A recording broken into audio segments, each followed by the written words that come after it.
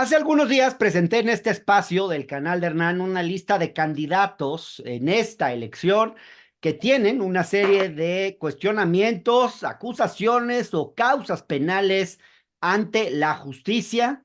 En algunos casos son solo cuestiones que han salido en la prensa, pero decía yo que el hecho de que sean candidatos hace pensar que probablemente estén buscando un fuero que los proteja ante la justicia y probablemente por esa razón, probablemente necesiten llegar a las cámaras. Incluí varios nombres, uno de ellos era el del ex gobernador Cabeza de Vaca, pero también estaba en esa lista el ex titular de la UIF, Santiago Nieto, quien me contactó especialmente para pedir un derecho de réplica. Como ustedes saben, Santiago Nieto compite hoy por una curul al Senado de la República por el estado de Querétaro, a pesar de tener varias acusaciones penales. Santiago, insisto, como les dije, me contactó, pidió un derecho de réplica y además me dijo que yo podía hacerle cualquier otro tipo de cuestionamiento. Le agradezco mucho su disposición y creo que puede ser una oportunidad para que nos explique varios de los cuestionamientos que han salido en medios de comunicación que probablemente no han sido todavía respondidos por él, algunos sí, otros no. Pero en fin, le agradezco mucho al doctor Santiago Nieto su disposición y empiezo, Santiago, por hacerte esta pregunta y te Sí. agradezco la conversación. Cuello Trejo y Roberto Gil Suárez presentaron una serie de denuncias en tu contra. En una de ellas te acusan de estar junto a tu cuñado Sergio Humphrey detrás de una red de 17 empresas creadas en julio de 2019.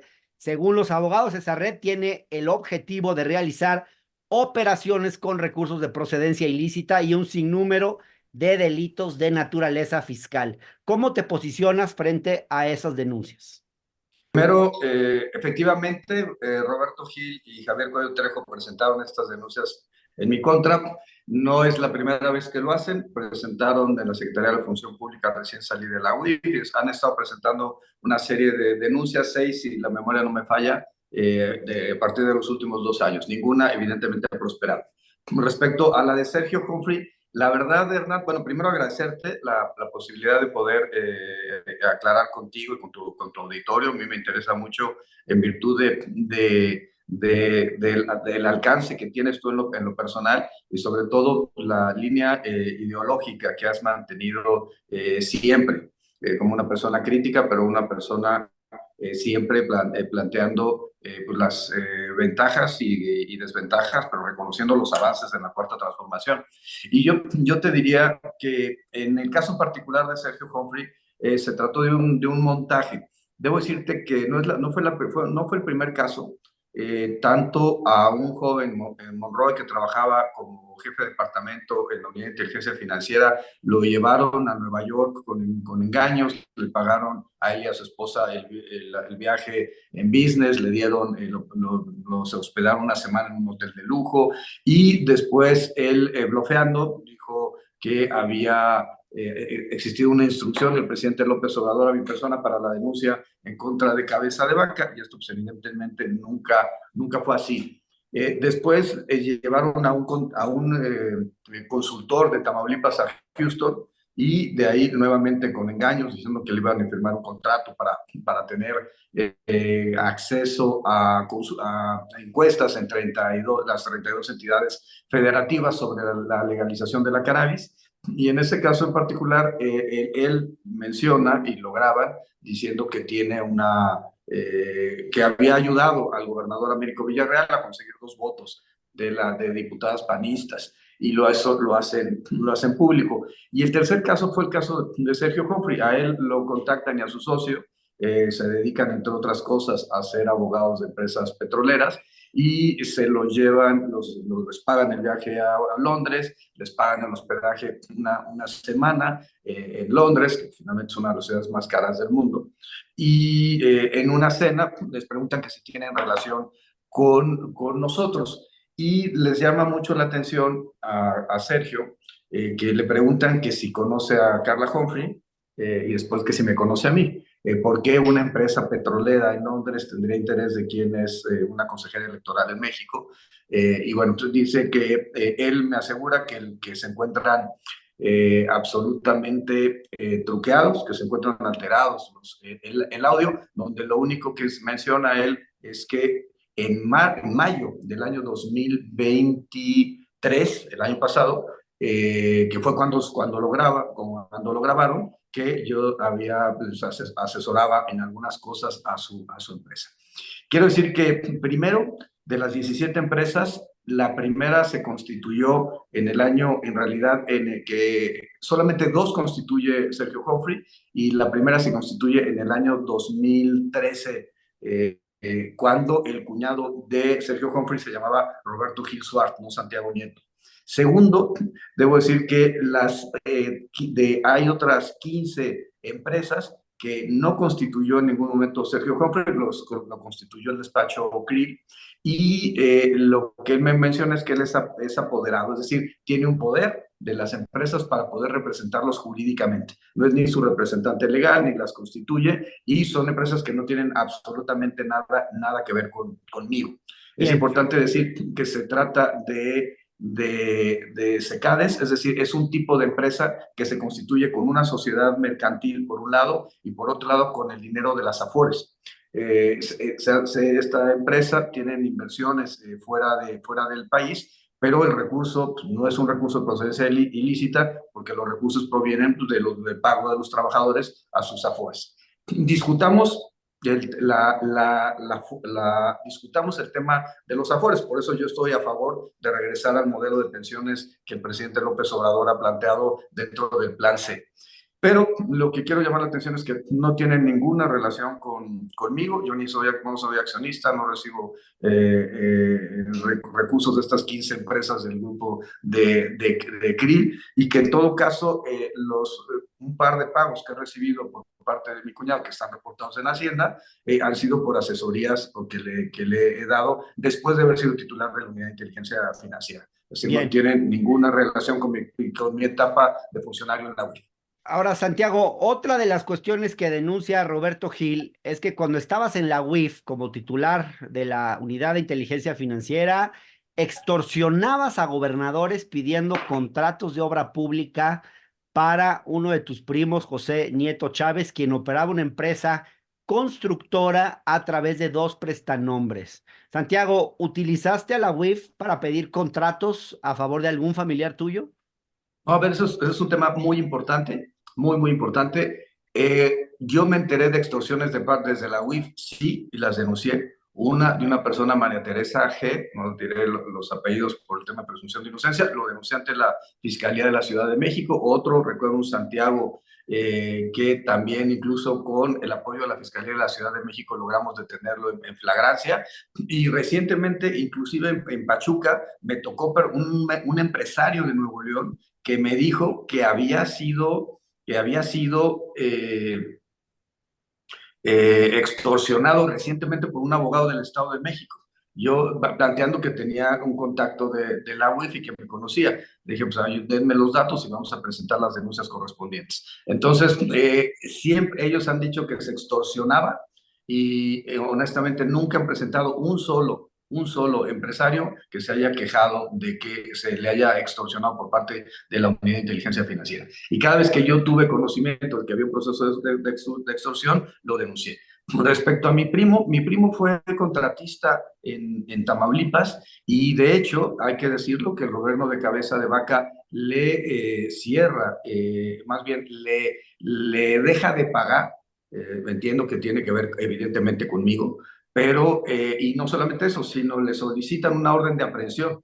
Mi primo tuvo una orden de aprehensión por parte de la Fiscalía de Tamaulipas cuando Cabeza de Vaca era el gobernador del estado. Por supuesto, a la llegada de Américo Villarreal se revisó el expediente y se vio que eran absolutamente falsos. Fue denunciado por extorsión, y lo que él me dice es que en realidad a él fue el que lo extorsionaron. tenía un contrato y pedían que les diera una determinada cantidad en efectivo de 20% de la obra en efectivo para dárselo al hermano de Cabeza de Vaca Ismael. Yo le pedí que presentara pues, las denuncias correspondientes y que le iba a apoyar en darle seguimiento y prefirió no hacerlo. Pero de que tuvo él una orden de aprehensión y fue perseguido por parte del gobierno de Cabeza de Vaca por el simple hecho de ser mi primo, eso es absolutamente cierto. Bien.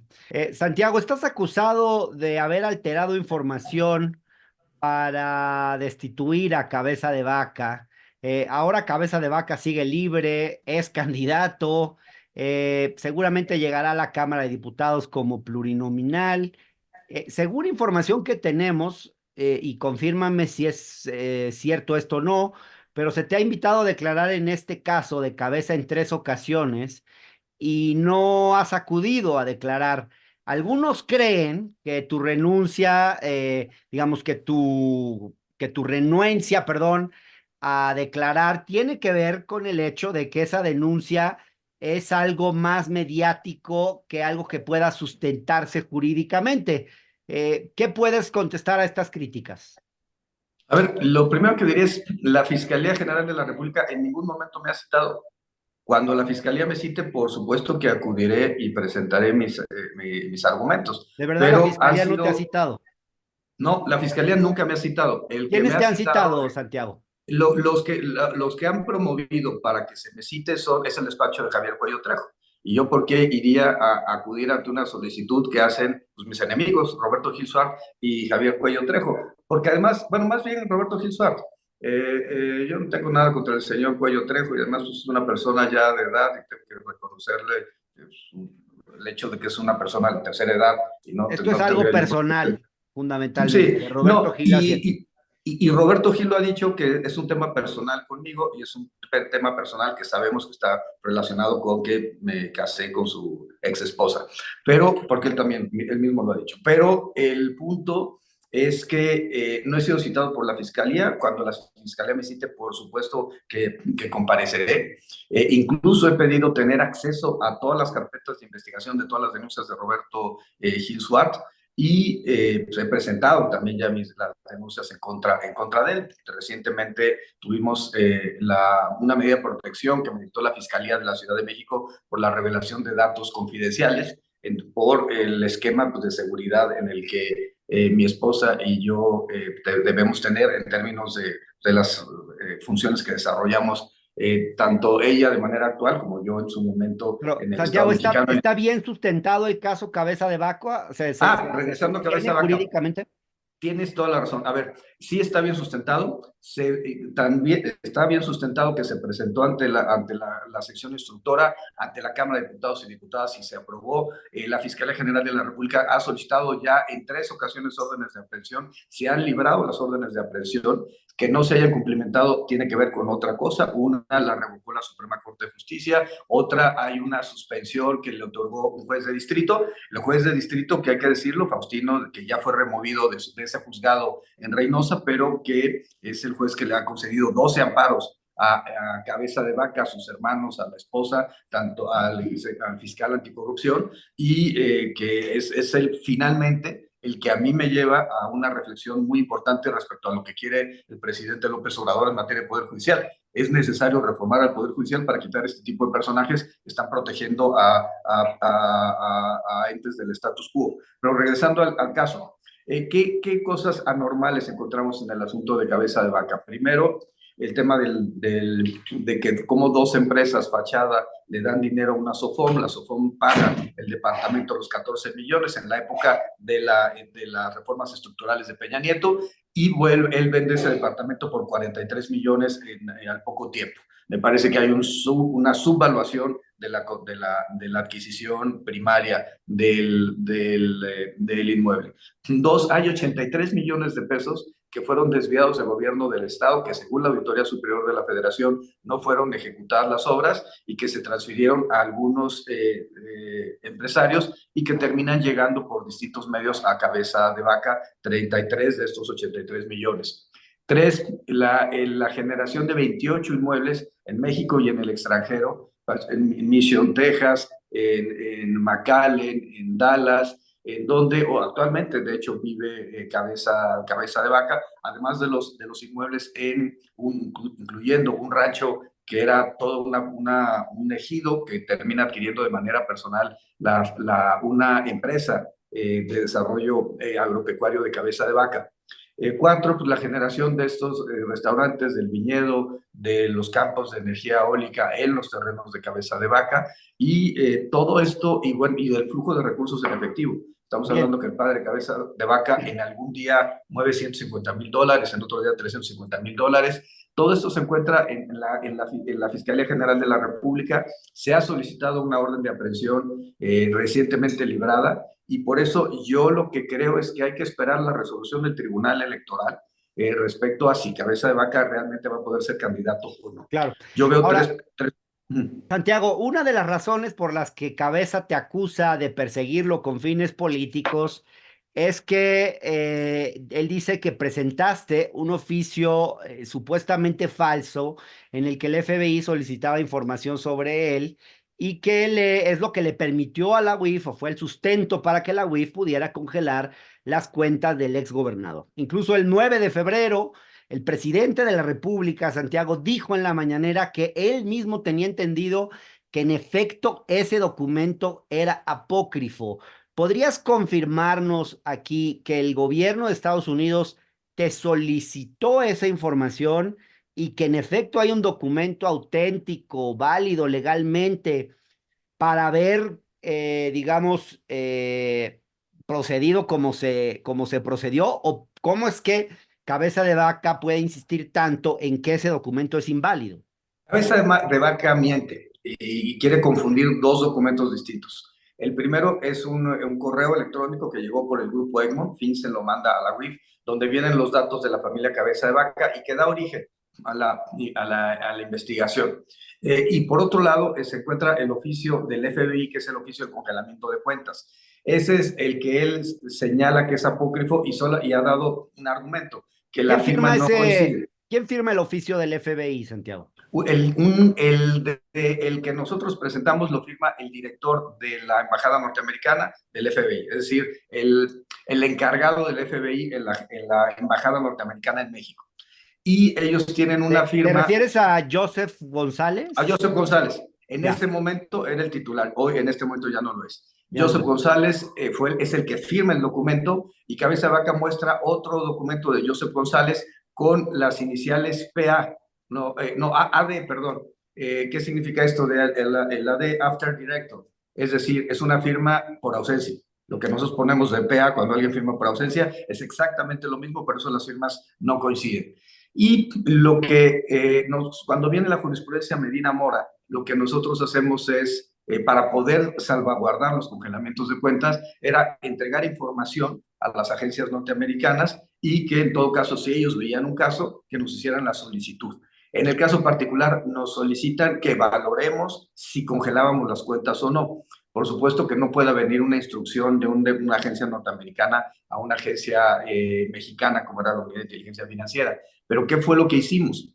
Lo que hicimos fue entregarles información para que ellos iniciaran un caso en Estados Unidos y ellos nos entregan ese oficio. El oficio es verídico, y yo se lo hice el conocimiento al presidente de la República después de la participación en la mañanera. Le mandé una nota aclaratoria en la cual le decía, o informativa, en la cual le decía las condiciones en que se había obtenido ese oficio, el objeto del oficio. Por ese oficio no se inició la investigación se había iniciado antes y ese oficio sirvió de fundamento para poder sostener el congelamiento de cuentas, Él dada la ya no Medina. comentó nada, el presidente, sobre el tema. No, ya no comentó nada el presidente sobre el asunto. Te pregunto esto, Santiago, porque las fuentes que yo he consultado te acusan de haber empleado un mecanismo ilegal para congelar varias cuentas, no solo esta. También en el caso de Cruz Azul, por ejemplo, dicen que echaste mano de este funcionario que era un simple agregado de la Embajada de Estados Unidos, que no tenía autorización ni facultades expresas y que firmaba a nombre de varias instituciones, incluso empleando sus sellos, sus logotipos. Y un caso es el de Cruz Azul. Hay una denuncia de un grupo de cooperativistas de Cruz Azul de enero de 2022 que te denuncian tanto a ti como al propio Joseph González de llevar a cabo este mecanismo irregular de congelamiento de cuentas. ¿Qué tendrías que decir sobre eso? Oh, yo lo que diré en el caso de Cruz Azul fue un caso que implicaba temas de alta corrupción en México. Los cooperativistas, que Pero eran hablemos Billy Álvarez. del mecanismo para congelar las cuentas. ¿Es regular? ¿Es ilegal ese Era lo mecanismo? mismo, era un intercambio de información con Estados Unidos y ellos cuando encontraban que había elementos de información, nosotros nos daban ese oficio para poder mantener el congelamiento de cuentas. No era para, y por otro lado, nosotros también recibíamos información de ellos y en ocasiones, porque eso es una práctica cotidiana entre las agencias, se necesita que haya reciprocidad y se necesita, forma parte de los acuerdos del Grupo de Acción Financiera Internacional. De hecho, califican a los estados por la asistencia jurídica mutua y por la colaboración tanto nacional como internacional. Y México está bien evaluado en esa materia porque tenemos una amplia negociación. Sí, escuché que la verdad es que tampoco he sido notificado que Billy Álvarez y Víctor Garcés en su momento habían presentado una denuncia contra mí en Estados Unidos. Al momento no tengo mayor conocimiento. Sí, lo que puedo decir es que me tocó conocer el caso de Cruz Azul, tanto desde la óptica de la Unidad de Inteligencia Financiera como desde la Procuraduría de Hidalgo. Y creo que sí había un tema de corrupción importante. Es decir, lo que sucedía con la cooperativa es que Billy Álvarez generó sociedades mercantiles, incluyendo las sociedades vinculadas con el equipo de fútbol, y llegó a sacar 1.854 millones de pesos a sus cuentas personales en Estados Unidos. Eso Déjame finalmente fue detenerte un lo momento. que se Ahora denunció. vamos al caso de Cruz Azul, pero te quiero insistir en el caso este de Joseph González. Quisiera saber, ¿tú tenías una relación personal con él? Porque llama la atención que digamos que los oficios en los que la UIF se basa para congelar cuentas se basen siempre en lo que firma un funcionario de bajo rango de una embajada y que se dude de las facultades que tiene para solicitar una cosa así. ¿Tú conoces a este señor Joseph A González? ver, ¿Qué tipo de yo te relación diría, tenías uno con él? no es un funcionario menor, era el director del FBI en México, como también el director de la DEA en México nos llegó a firmar oficios de esa naturaleza, como también el director, el agregado de OFAC, de la Oficina de Bienes Extranjeros de la Embajada Norteamericana, nos llegó a firmar ese tipo de documentos. ¿Por qué se Recordemos algo cuestionan muy tanto importante. tus facultades entonces para firmar estos documentos? Los firmaban ellos, porque además hay que recordar algo muy importante. Por ejemplo, en el caso particular de la DEA o en el caso particular de OFAC, son las oficinas que tienen la competencia para buscar el congelamiento de cuentas y el aseguramiento de bienes vinculados con la delincuencia organizada. Bueno, OFAC, tanto delincuencia organizada como casos de corrupción. Y el hecho de que alguien sea listado en la lista OFAC obliga a que exista en el ámbito mexicano una reacción. Y nosotros lo que pedíamos es que con esos oficios, cuando ellos listaban a personas en la lista OFAC, nosotros con esos oficios podíamos congelar las cuentas en México. Bien. Aquí, digamos, la solicitud era exactamente inversa. Y también lo hicimos con la DEA, lo hicimos con el FBI, trabajamos de hecho cosas con HIC cuando estábamos trabajando el tema de combate a la trata de personas. No tiene nada de ilegal, y y eso lo quiero dejar absolutamente claro. Se trata de intercambio de información con agencias norteamericanas en términos de reciprocidad y que nos permitían congelar las cuentas. Por ejemplo, pongo un ejemplo, el Consejo de Seguridad de Naciones Unidas emite una lista sobre terroristas. Cuando nos llegaban esas listas, nosotros hacíamos el congelamiento de cuentas de todas las personas que venían en la lista del Consejo de Seguridad de las Naciones Unidas. Y tuvieran o no tuvieran impacto en México, en realidad nunca hubo un impacto entre un terrorista y el sistema financiero mexicano, pero esa es la forma cotidiana de operación. Es o a solicitud, y son las recomendaciones 4 y 38 de GAFI, que obligan a actuar en consecuencia para buscar el congelamiento de cuentas y después el decomiso de los bienes e Sí. instrumentos del delito. No, Ahora, es una mentira que ha repetido Cabeza de Vaca, pero como buenos nazis saben que hay que sí, repetir una mentira 100 veces para hacer la verdad. El tema, Santiago, es que no solo es cabeza de vaca. Esta forma de congelar cuentas está siendo cuestionada por varios lados. Los cooperativistas de Cruz Azul, el abogado José Cruz García, uno de los socios, perdón, no es abogado, es uno de los socios de la cooperativa, te denuncia ante el Departamento de Estado de Estados Unidos por un mecanismo de congelamiento de cuentas inadecuado, usando información o un oficio que no es válido.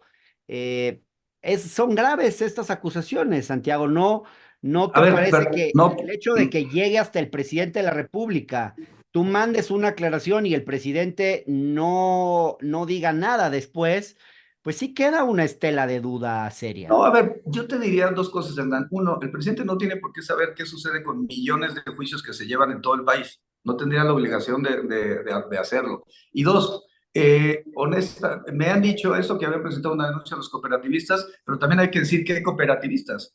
Billy Álvarez, Víctor Garcés, Alfredo Álvarez, porque del otro lado se encuentran otros cooperativistas en donde, al contrario, pues ellos han estado impulsando, Velázquez y Marín por un lado, Sarabia por otro, que son grupos distintos de Cruz Azul, y que han estado impulsando la otra posición, que este tipo de cooperativistas al final, perdón, que en este momento están o prófugos de la justicia, algunos ya falleció desafortunadamente, son finalmente gente que está prófugo de la justicia por las disposiciones de las leyes mexicanas.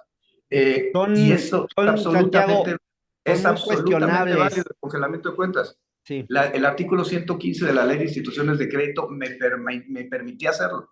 Y es más, Ok. yo diría, el problema central aquí fue Medina Mora. Medina Mora estableció una jurisprudencia que al principio señalaba que el congelamiento de cuentas era constitucional y después dijo, es inconstitucional salvo que venga un requerimiento de una autoridad extranjera. Eso, perdón, estaba cercenando la capacidad de investigación y más que de investigación, estaba cercenando la capacidad de reacción del Estado mexicano para cumplir disposiciones de carácter internacional. Lo que se hizo fue en pláticas con con todas estas agencias. José González es uno, en que aparecen dos oficios, pero fue con muchas agencias. Lo que se hizo fue las negociaciones para poder intercambiar información como nos lo permite la ley, como tenemos la obligación de hacerlo como Estado mexicano, pero con Gafi, y en realidad no me preocupan en lo absoluto las denuncias de los cooperativistas, que hagan lo que quieran, no me preocupan las denuncias de cabeza de vaca. De entrada, la presentaron ante el Departamento de Estado, tendría que haber sido ante el Departamento de Justicia, no ante el Departamento de Estado. Entonces, no es algo que a mí me quite el sueño, al contrario, y me parece que tiene que ver con esta maquinación que ha hecho Cabeza de Vaca, que finalmente es quien ha estado pagando todos los reportajes en mi contra, las redes sociales en mi contra, medido por empresas que se dedican a este tipo de revisiones. Entonces, no me preocupa, no es Ok. ilegal. Si puedes Y, compartirnos esa información, las pruebas de eso que estás diciendo, creo que sería muy bien, sería muy y bueno. con Ahora, todo gusto. Santiago, la investigación que se hizo para congelar las cuentas de Billy Álvarez, entiendo que se basó en la existencia de 11 propiedades, o más bien supuestas propiedades de Billy Álvarez en Estados Unidos. Pero después se supo que en realidad era un homónimo y que solamente se usó su nombre y su apellido, Guillermo Álvarez, pero no el nombre completo. Y hay un parecer, digamos, de un despacho de Estados Unidos, de Nixon Peabody, que creo que es un despacho prestigioso, que certifica que ninguna de estas propiedades eran de Billy Álvarez. Y por esa razón, pues una jueza ordenó finalmente que se descongelaran sus cuentas. ¿Qué pasó ahí, Santiago? ¿Fue dolo? ¿Fue ineficiencia por parte de la UIF? ¿O qué pasó con esas propiedades que se le congelaron a Billy Álvarez y que fueron parte del sustento de las acusaciones en su contra para girarle orden de aprehensión? Oye, te quiero nada más aclarar algo, Sí. Hernán. La UIF no congela inmuebles, solamente congela cuentas. Y Cuentas, nuestra cuentas. denuncia fue solamente por por las transferencias internacionales, que Ok, iban de Cruz Azul a las cuentas particulares de Billy Álvarez. bien. Que si la Fiscalía General de la República aseguró los bienes inmuebles o aseguró bienes inmuebles de otras personas, o solicitó en asistencia jurídica mutua a Estados Unidos que se hiciera el aseguramiento de los bienes allá. Es algo que no tengo conocimiento, porque la posición de la unidad se terminaba al momento de presentar las denuncias y ya la Fiscalía General de la República se encargaba de lo demás. En algunas ocasiones, como con Emilio Lozoya, como con Cabeza de Vaca, sí nos dieron el carácter de parte, de ofendido, de víctima, y variaba, pero en el caso particular de Cruz Azul no fue así.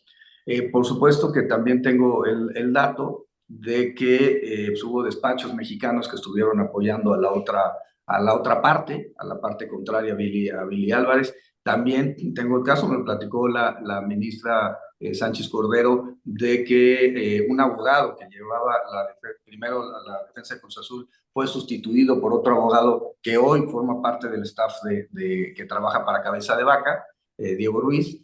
Y por supuesto que tengo el dato de que Ángel Junquera tuvo que salir del país, pero todo eso tiene que ver más bien con la etapa de la integración de las carpetas de investigación, donde la UIF fue público y notorio que yo tenía muchas tensiones con Julio Scherer, fue público y notorio que tenía muchas tensiones con Alejandro Gertz Manero, con el fiscal general, y pues esto motivó a que yo no tuviera mucha participación en esas carpetas, es decir, no tenía la competencia para hacerlo. Por eso cuando yo llego a Hidalgo, me gusta mucho porque ya es un espacio donde puedes hacer el trabajo completo. No solamente te quedas en investigar, denunciar, congelar las cuentas, sino tienes un espacio que te permite ya ejercer la acción penal y entonces sí ser responsable de tus juicios, si los pierdes o si los ganas en sede judicial. Bien, Santiago, déjame insistir en otro de los puntos de Roberto Gil, porque él señala que tu cuñado, Sergio Humphrey, obtuvo 2 departamentos con un valor de 11,7 millones de pesos en el edificio City Towers Green, a cambio de influir en las investigaciones que se realizan desde la UIF o que se realizaban en contra del cártel inmobiliario. Entre otras cosas, se indica que las propiedades fueron adquiridas entre 2022 y 2023, pero que esas fechas no corresponden con las declaraciones fiscales de Sergio Humphrey. Estas 2 propiedades, Santiago, fueron adquiridas mientras eras titular de la UIF e investigabas el cártel inmobiliario hasta donde tú tienes conocimiento. No, a ver, tú lo acabas de decir, a ver, es una locura. A ver, una de los inmuebles se compró, y lo dice el propio Roberto Gil, en 2023 y el otro en 2024. Sí. No, miento, 2022 y 2023. Y lo que me dice Sergio Humphrey es que tenía que ver con trabajos que le estaba desarrollando a los dueños. Ojo, hay que decir que esto es muy importante. El cártel inmobiliario, dos cosas. Yo lo que hice fue con Ernestina Godoy denunciar a los integrantes del cártel inmobiliario. Me pedía requerimientos de información o me pedía denuncias y eso se le entregaba a Ernestina Godoy para la integración en la Fiscalía General de Justicia de la Ciudad de México de los expedientes del cártel inmobiliario. Dos, yo salí de la UIF en el año 2021. O sea, lo único que tuve con el cártel inmobiliario fueron las denuncias previas. Tres, Bien. Lo que dice Roberto Gil es una locura. O sea, tanto la red de empresas fachada solo existe en su imaginación, como aquí que se utilizó información de los panistas para entonces que los dueños, que eran extorsionados por los panistas, le entregaran a mi cuñado 2 departamentos, simple y sencillamente me parece una locura. Es que no hace sentido. No Bien. hace sentido. Bien. Santiago, al poco tiempo de que dejaste la UIF, comenzaron a salir en prensa noticias sobre propiedades tuyas, 3 en concreto. Según un reportaje de Reforma, en 2 años adquiriste 3 propiedades a crédito, una casa en Álvaro Obregón, un departamento en Santa Fe y un inmueble en Querétaro. El diario señalaba además que ya tenías tú un crédito hipotecario por una casa en San Jerónimo, cosa que hace pensar que adquirir 3 créditos más pues sería un tanto complicado para alguien que vive de su sueldo. Reforma cita una simulación de créditos hipotecarios, eso es el planteamiento del diario, en donde se calcula que el monto mensual de estos 4 créditos que tú tendrías ascienden a 313,000 pesos. Es casi el triple de tu salario como titular de la UIF. ¿Cómo hiciste para solventar todos estos créditos? Qué bueno que lo mencionas. Primero, No, es falso que yo tenga un inmueble en San Jerónimo. No tengo ningún inmueble en San Jerónimo y eso se puede verificar en el registro público de la propiedad. Digamos, esa es una primera mentira de Reforma. Ok, Y también, perdón, fue información que filtró Roberto Gilsuar. Eso también hay que decirlo. Y la denuncia que se presenta sobre ese hecho ante Función Pública y ante la Fiscalía General de la República, anónimas, son de Roberto Gilsuar. Después ya nos enteramos de ese hecho. Pero qué bueno que lo mencionas, déjame plantearlo así. Yo adquiero un crédito con Fobiste para una casa en Querétaro por 1.6 millones. Ahorita debo poco 900,000. Y esa casa le pago 7,000 pesos mensuales al Fobiste y la tengo rentada por 8,000 pesos mensuales. bien. Perdón, soy un servidor público, ese trámite lo empecé a hacer desde la época de FEPADE, solamente que salí de FEPADE y ya no se pudo concluir y hasta 2019 yo entré en 2000, hay que recordar que yo regreso al gobierno en 2018 en diciembre, 2019 pido ese préstamo. Segundo, pido un préstamo efectivamente al banco HCBC donde había tenido a ese momento pues, 23 años de haber 20 años de trabajar con ellos, pido un crédito, me dan el crédito para un departamento. En ese departamento pago 41,000 pesos mensuales y lo tengo rentado en este momento 29,500 me pagan por la renta. Entonces, eso pues me permite solventar los gastos. Viví algún tiempo ahí, sí, antes de irme a vivir a casa de Carla, mi esposa, donde vivo actualmente. Y tres, los dos compramos una casa también a crédito con el Banco Azteca, que primero sí da créditos hipotecarios, esa fue otra falacia, otra mentira de que no da créditos hipotecarios. Segundo, ella pues, paga la mitad y yo pago la otra mitad del crédito. Y tercero, que creo que es lo que es más importante, es un inmueble que estamos pagando entre los dos. Y yo lo que plantearía aquí también es importante decirlo. Sí, yo ganaba 100,000 pesos como funcionario público, pero puedes ver mis declaraciones fiscales, mis declaraciones patrimoniales, y ahí se va a ver que yo recibía ingresos por arrendamiento, recibía ingresos por consultorías, recibía ingresos, claro, evidentemente siempre buscando que no tuviera que ver con algo que pudiera significar un conflicto de interés. Yo soy un hombre de leyes y me muevo en ese ámbito. Y actualmente, y bueno, por supuesto, regalías de libros y por supuesto conferencias, toda esa parte se encuentra, hice la declaración correspondiente en materia fiscal, en materia patrimonial y lo he mantenido. Y Sí. hoy en día pues, sigo pagando los 3 créditos hipotecarios. Insisto que con la ayuda de mi esposa, el más importante, y ella pues, asumiendo una parte muy importante de la deuda. Bien. La primera pregunta, Hernán, ¿es un delito tener 3 créditos hipotecarios? Perdón, yo los voy a seguir pagando los próximos 13 años, ¿eh? No, a algunos les llama la Y atención, Santiago, llevo ya porque 3 años pagando el sí, más, el, tú, tú el mismo más importante.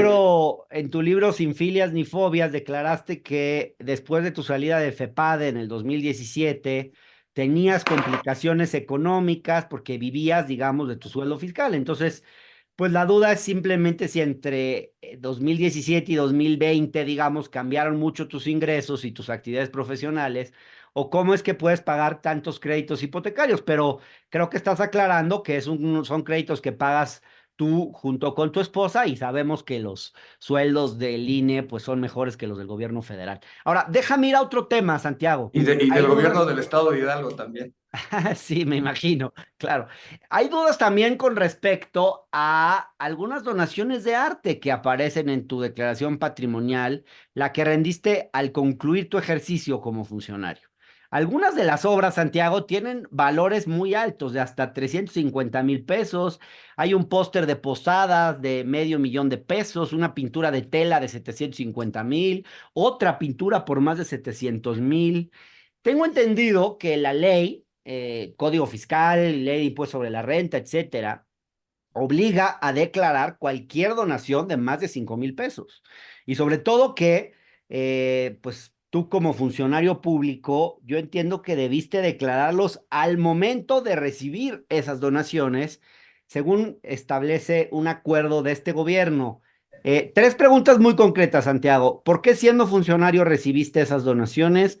¿De quién las recibiste? ¿Y por qué pareciera que en esta parte algún artículo de la ley como que se te pasó de cumplir? No, a ver, fueron regalos de bodas, fueron regalos de boda, Todos son son regalos de regalos boda. sí, de los dos, y la respuesta es porque no me dio tiempo. Yo me casé el 6 de noviembre y el 8 de noviembre había presentado mi renuncia como titular de la Pues Unidad de sí. Inteligencia Financiera. ¿Podrías Entonces, compartirnos de por quién eso, son esos por regalos, eso lo Santiago? reporto, por eso lo reporté, Hernán, hasta mi Ya, declaración de te conclusión. Yo entiendo. presenté mi declaración de conclusión, si la memoria no me falla, el 7 de enero del 22, y Sí, después volví a presentarla en septiembre, la de inicio, septiembre del 22, como encargado de despacho de la Procuraduría de Hidalgo. Que por cierto, ahorita que Gil y Germán Martínez y el saco de Pus me avientan toda la caballería, de que no tengo residencia en Querétaro. Ellos son contradictorios. Tiene una casa en Querétaro, pero no tiene residencia.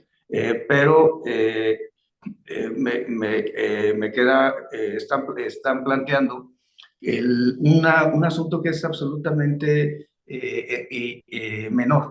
Dicen que soy procurador de Hidalgo y que al haber sido procurador de Hidalgo no puedo tener residencia en Querétaro. Se equivocan en un tema fundamental. Era el jefe del despacho. Y el jefe del despacho no necesita residir en Hidalgo y no necesita ser hidalguense por nacimiento. bien. Era una de las cosas que te iba a preguntar. Qué bueno que ya lo aclaras desde ahorita. Ahora, son donaciones importantes estos cuadros que te regalaron. ¿Podemos saber quién te obsequió estos cuadros? No sin la autorización de la persona, pero te lo puedo comentar, porque además muchos de ellos tienen más bien que ver con gente más cercana a mi esposa que a mí. Y Entiendo. por lo mismo no lo diré públicamente.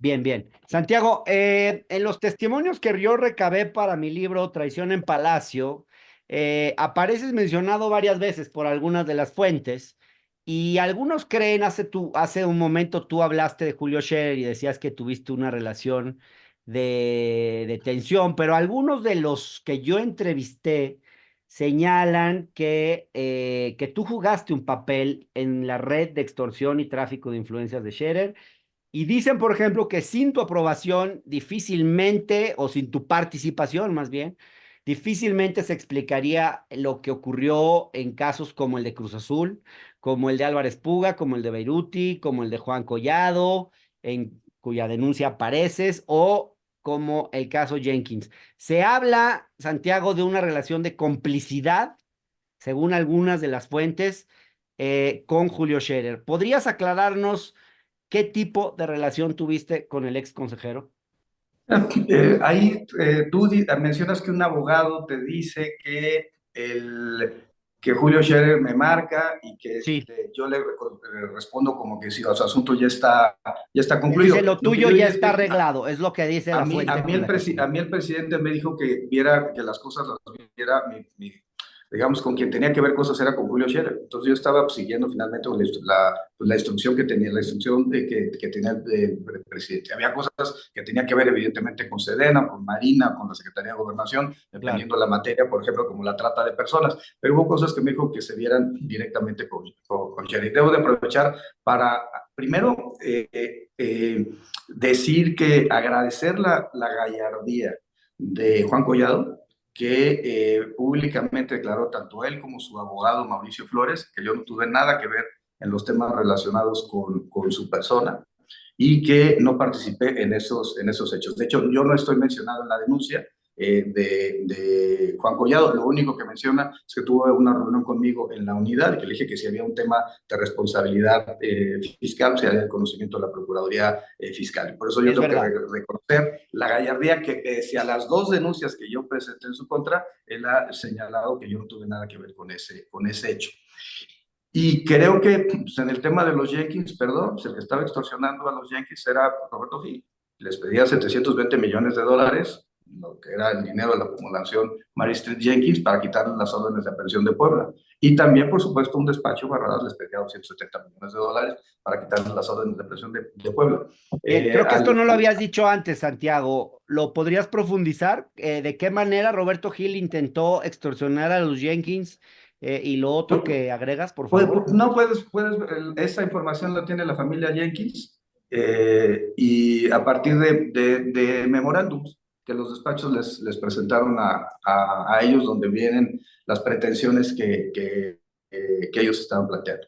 Pero bien, mi punto es, he recibido 2 años de ataques financiados por Cabeza de Vaca. He recibido un ataque de parte de Germán Martínez, Roberto Gil y Javier Lozano. He aguantado. Finalmente estoy convencido del proyecto de la Cuarta Transformación. Estoy convencido del presidente Andrés Manuel López Obrador, de la doctora Claudia Sheinbaum. Tuve muchas tensiones con Julio Scherer y no me interesa tener más. Y ¿Por qué creo que tensiones, Santiago? ¿Por qué tuvieron tensiones? porque no estamos de acuerdo. No estamos de acuerdo en cosas. Yo impulsaba denuncias y después aparecían gente cercana que parecía operando en contra de las cosas que yo estaba denunciando. Entonces, ¿Intentó Julio Scherer implicarte en sus redes de extorsión y tráfico de influencias, de alguna manera? no, a ver, yo no creo que Julio, el que sí supe que me quiso involucrar en el tema fue Juan Ramos, y eso me lo dijeron de parte de Juan Collado, que fue el que quiso meterme en el asunto, y por eso viene la filtración a Reforma. Pero yo tengo muy claro quiénes son mis enemigos, y mis enemigos no están en la 4T, y mis enemigos no están, yo diría, incluso dentro de los panistas queretanos, no son mis enemigos, serán mis adversarios políticos. Mis enemigos quedan muy claros y están encabezando por una persona que fue gobernador de Tamaulipas y que a partir de sus redes de corrupción con el Poder Judicial de la Federación ha impedido y ha generado actos para problematizar al gobierno de Américo Villarreal. ¿Dirías Yo tú que seguiré él en ha esa ruta, comprado jueces o instituciones en tu contra, Santiago? sin duda, y ha pagado redes sociales abiertamente pautado en mi contra y contratado empresas en que se encargan de difamar y hacer crecer todos estos elementos que te agradezco mucho, Hernán, que me has dado la oportunidad de plantearlos a tu Bien. auditorio. Y porque creo que sí es muy importante que se sepa. Parte de los principios que establece la Cuarta Transformación tiene que ver con esto, y yo estoy absolutamente convencido de que esta es la ruta correcta. Ahora, me parece importante que aclares el tipo de relación que tenías con Julio y si en algún momento él te pidió favores o cuestiones que pretendiera, digamos, utilizar o utilizarte en sus presuntos negocios judiciales, en sus presuntas redes de extorsión y de tráfico de influencias. No, nada, nada. Lo que sí había es que nos reuníamos en un gabinete de judicialización, que es una práctica cotidiana en todo, así se llama, así se le llamó, pero Sí. es una práctica cotidiana de todos los gobiernos de tener un task force encargado de ver los casos más importantes. Ahí se vio, y luego lo hago referencia a esto en mi libro, que yo espero que próximamente ya salga a la venta, en donde pues, vimos casos como Ayotzinapa y la participación de Tomás Herón, vimos casos como Antorcha Campesina, se vio el caso de Romero de Champs, el caso de García Luna, el caso de Cárdenas Palomino. O sea, se vieron muchos casos a lo largo de esas mesas colectivas o mesas interinstitucionales. Y ahí es donde se hacía pública la información, y por supuesto la Consejería Jurídica formaba parte de esas mesas. Y Santiago, creo que ¿crees que Julio Scherer es inocente de las cosas que se le acusan tanto por vías judiciales como en medios de comunicación y otras investigaciones? no, yo no tengo datos para pronunciarme en un sentido y en otro, y me parecería irresponsable hacerlo. A mí, de todo lo que te he hablado el día de hoy tiene que ver con hechos y no con Bien, especulaciones. Y yo no bien. especulo. Yo si tengo los elementos, como te decía, de Cabeza de Vaca, o como te decía del tema de la extorsión a la familia Jenkins, que yo te rogaría que los buscaras, creo que vale la pena tener su versión. Vamos a Eh, escucharlos, claro. creo que vale la pena, porque además es un ejercicio democrático. sea, la verdad, las personas tienen el derecho a saber, se trata de derecho de acceso a la información. Y en mi caso, perdón, pues un derecho de defensa después de 2 años que me han estado pues, atacando el mismo grupo político de manera sistemática. Sí. ¿Tú dirías que estás enfrentando las consecuencias del trabajo que hiciste en la UIF en contra de la corrupción? Sin duda, toqué y pisé muchos callos y el resultado es que esas personas a las que afecté, pues buscaron mecanismos para voltearme. Sin embargo, Santiago, también es cierto que las acusaciones, aunque tú apuntes sobre todo a Cabeza, a Roberto Gil, etcétera, vienen también de otros lados. Y yo te quiero preguntar, por último, algunos creen que el tema de tu boda no fue la verdadera razón por la que tuviste que dejar el gobierno y que una serie de irregularidades llegaron a los oídos del presidente, quien forzó tu renuncia, y que el tema de la boda fue simplemente un pretexto, digamos, para apartarte de su equipo porque habrías perdido su confianza. Algo similar a lo que ocurrió con Julio Scherer. ¿Qué tendrías que decir al respecto? No, no tengo ningún dato que así haya sido. Yo, como dije, desde que se hizo un escándalo, pues, desafortunadamente para mí, con una actuación de terceros relacionados con mi boda, preferí renunciar a tener a tener a generar un programa, un problema al proyecto de nación a la que estamos trabajando. Y lo declaré públicamente. Mi lealtad está con el presidente López Obrador y mi amor está con Carla Humphrey. Y debo recordarte que a los meses yo estaba trabajando en 3 campañas electorales, con Américo Villarreal, con Mara Lezama y con Julio Menchaca, que al final me terminaría invitando a ser el procurador de Hidalgo, que a la larga, a partir de haber ganado una encuesta con Morena, me permitió ser ahorita postulado candidato al Senado por Morena, por mi estado. Y donde efectivamente tengo hoy que librar la impugnación que tengo y las 15 denuncias, ya se han desechado todas en mi contra por parte de los panistas, pero el punto al que quería yo llamar la atención aquí es que el tema central es, yo estoy con la Cuarta Transformación y tú crees que si el presidente tuviera algo hubiera yo podido trabajar con 3 candidatos a gobernador, ser procurador ser encargado del despacho de la Procuraduría de un Estado y ser candidato de Morena al Senado, yo creo que no. Y además tener el apoyo de la doctora Claudia Sheinbaum, que me haya dado hasta la, la, la gran oportunidad de irme con ella en el coche platicando de Pedro Escobedo Cadereyta y de haber participado en varios mítines a Lora, tanto en el cierre de la precampaña como en los eventos en Querétaro. Yo creo que yo formo parte de la Cuarta Transformación. Sí he sido atacado, sí, sin embargo, estoy convencido de que mi actuación sirvió para mejorar los temas de combate a la corrupción a nivel nacional, datos de transparencia internacional, datos de World Justice Project e inclusive en Hidalgo. En Hidalgo, por ejemplo, Querétaro aparece en el índice de 2023 de World Justice Project, aparece absolutamente, Hidalgo aparece como uno de los estados que mejoraron en el combate a la corrupción en 2023 cuando yo fui encargado de la Procuraduría. Y mientras estados como Querétaro aparecen destacados. Y ese es finalmente lo que yo me llevo de todo esto.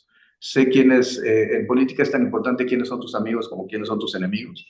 Me tocó enfrentar me toca enfrentar a mis enemigos cotidianamente, pero lo que yo te acabo de decir, todo tiene respaldo en declaraciones fiscales, patrimoniales, por supuesto, en la documentación que te haré llegar en su momento respecto a lo que hemos hablado el día de hoy. Pero sobre todo en el tema de saber enfrentar y ser necio en eso, en saber enfrentar a un grupo como el contingente de Cabeza de Vaca. Santiago Nieto, yo te agradezco mucho esta conversación. No sé si hay algo más que quieras agregar. Que vamos a traer la Cuarta Transformación a Querétaro, que vamos a sacar al PAN de la Casa de la Corregidora, que no me gustan tus colores azules, A ver si puedes tener guindas y No, que ¿qué pasó? y nada más. No, muchísimas gracias, Hernán. Me das oportunidad de aclarar cosas que los medios no me han permitido hacerlo. Bien. Le he mandado derechos de réplica, reforma, cada vez que ha surgido algo y solamente una vez me han permitido la publicación. Entonces te agradezco muchísimo lo que haces. Nosotros entendemos que el derecho de réplica es un derecho constitucional y además este espacio está abierto. Te agradezco mucho la conversación, Santiago. Por supuesto. Pues gracias, mi chavo.